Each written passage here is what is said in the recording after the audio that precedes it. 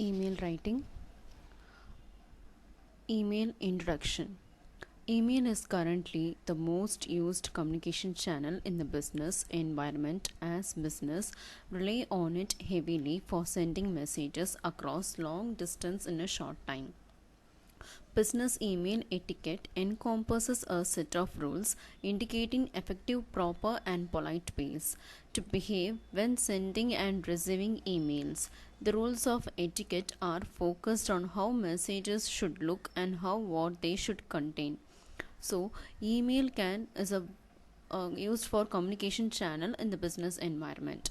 So, if you meet a business person, he or she can give you a mail ID. So, the way of communication should be in the email, like sending messages. So, this business email is a big etiquette. It can be effective, a proper and a polite way. You can send and you can receive emails by through this channel. Style email form. What is the style for the email? So you have the email address, that should be a subject, salutation and closing, font, paragraph spacing, signature. So these are the format which relevant to the writing. Email content. So the writing style is very important. Tone and punctuation is very important. Enumerations and attachment. If you have any kind of attachment, you have to properly attach through the email. Important components of an effective email. Subject line. So subject line is very important for the email subject lines are like newspaper headlines. They should convey the main point of your email or the idea you want the reader to take away from your email. Therefore, be as specific as possible. So for example, in letter writing, we'll be writing the subject line. Same, we have to follow the procedure for the email. There should be a subject line. It should be very short and crisp, like headlines. Greeting.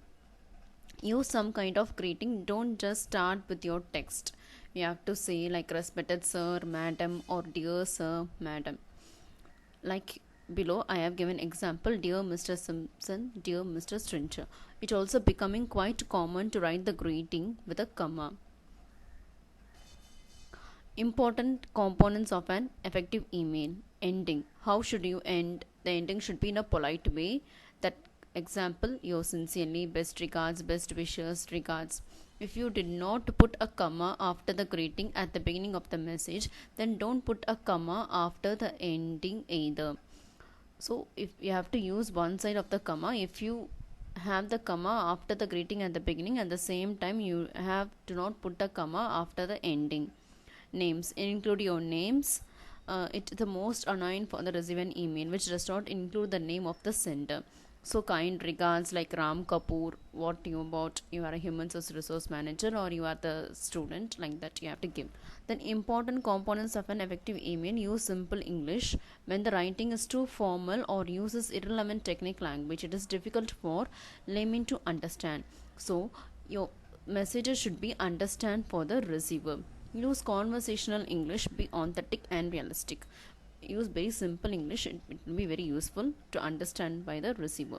Font manners. So fonts are too small, too large, or otherwise hard to read. So for example, 8 point all bold makes us not want to read the email as well. So your email font size should be very important. Whether check your email font size is right. You can able to read the messages. Be aware your fonts in your presentation. Do not bold the entire email. You should not bold the entire email. Just bold your messages. That means the subject line. If you bold it is enough. Use Airy to read. Use a Arial font size. It will be it's a standardized size. It is very able to. Important components of an effective email. Closing remarks. Before you end your email, it is polite to thank you your reader one more time, as well as add some courteous closing remarks like thank you for your cooperation, thank you for your patience, thank you for your consideration. So these are the other manners for the closing remarks.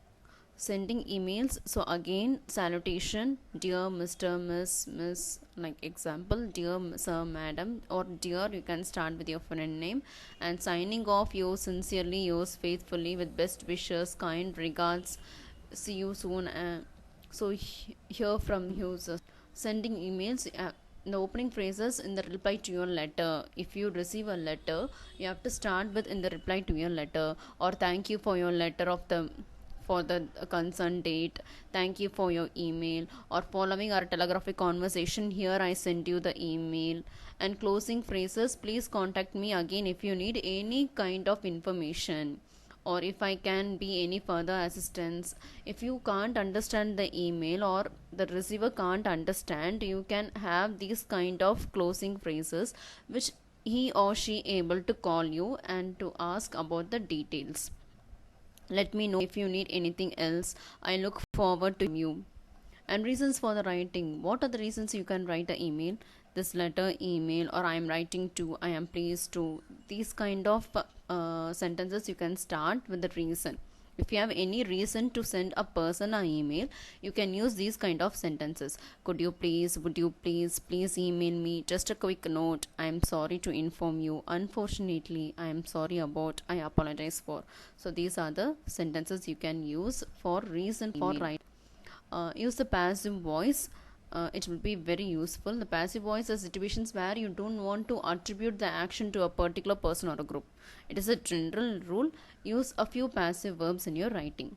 No abbreviations. You should not use the kind of abbreviations like I am bold here, don't or can't. You should not use like that. Use the abbreviations versions such as information, as soon as possible, like that. Tips for writing more effective emails.